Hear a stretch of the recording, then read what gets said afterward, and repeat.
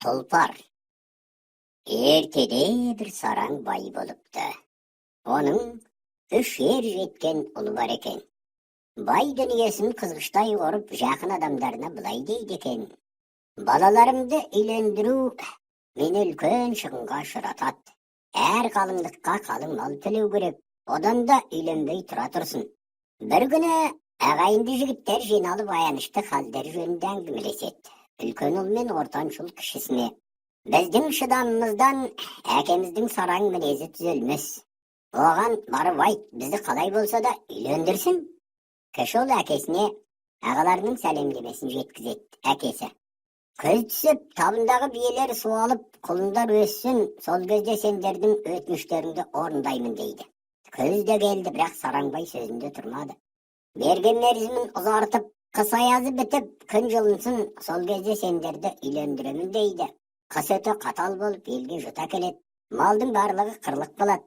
Ағайынды жігіттер тек бір құлынды ғана сақтап қалалады. Өздері аш отырса да, құлынды беде беріп асырайды. Сараңбай аштықтан әйел екеуі де дүние салады. Қайыршылықта күн кешкен ұлдары ауыл арасында қайыр садақа сұрап жүреді.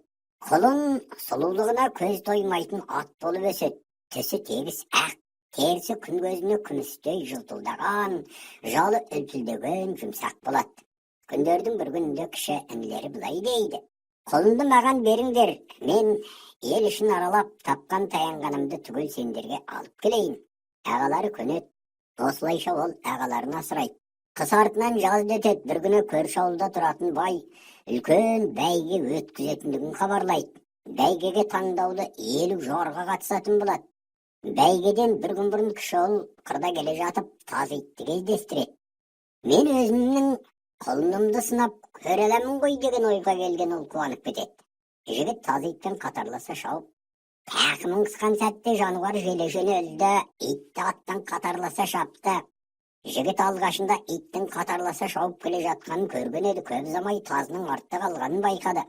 Жануар құтты дала төсінде жүзіп бара жатқандай қожайын зымыратып ала жөнелді.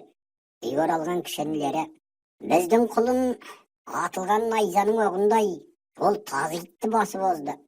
Менің ойымша, ертеңгі жарыста кез келген жорғаны басып озатынына сөзсіз сенімдімін.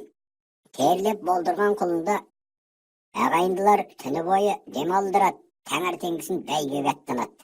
Мұнда бір бәйгені жібермейтін Барақбайдың 2 жорғасы да тұр екен.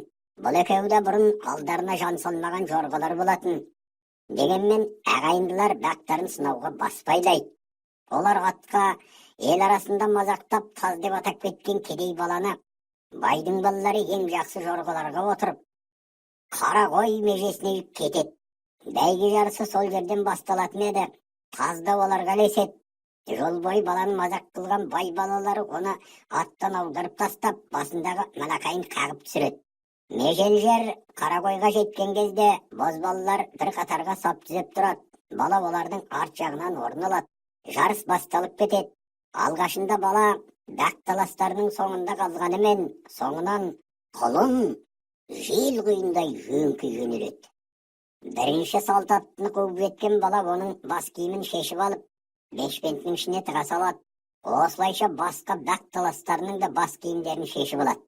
Бай барақтың алдына жан салмайтын аттары артта қалады. Жарыс аяқталуға жақындайды. Атқа шапқан бозбалалар ауылға жақындаған кезде өз әкелерінің атын атап айғайлаулары керек болатын. Не қожайындарының, не өз әкесінің атын атарын білмей сасқан таз «Тұлпар, тұлпар» деп айғайлап жібереді. Өзінің аттарының осы жарыста да бірінші келетініне сеніп, жарыс барысын қадағалап отырған Барақбай аттардан озып келген ақ жорғаны көреді. Мен қателесіп тұрған жоқпын ба халқым деп Бараққан халықтан сұрайды. Мына жаман мәстектің алда келе жатқаны шындық па? Я, шындық, бұл бәйгедегі ең жүйрік тұлпар деп жауап береді халық. Ашығысқан Барақбай былай деп айғайлайды: бұл та жолдан қосылған. Біз бұл жорғаны бәйгеге қосқан жоқпыз, көзін құртыңдар. Байдың бұйрығын орындауға тырысқан жалшылар жорғаны ұстап алуға кіріседі. Бірнеше адамды теуіп, құлын алға шаба жөнеледі. Байдың қаһарынан сескенген халық баланы қарсы ала алмады.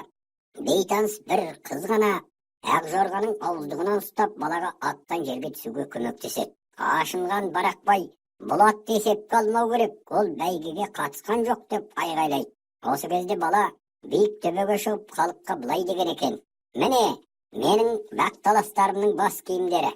Мен бәйгеге қатыспасам, олар маған қайдан келген? Осыдан кейін бала бас киімдерді жерге лақтырып жібереді. Масқара болған Барақбай әйгілі жорғасын жұдырығымен ұрып бәйгеден кетіп қалады. Жеңіс бәйгесіне ағайынды жігіттер қомақты сый 40 жорға алады. 10 жорғаны балаға береді. Осы бәйгеден кейін жігіттердің жағдайлары жақсарып, үйленіп, бақытты өмір сүреді. Ал тұлпардың аты ел аузында қалады.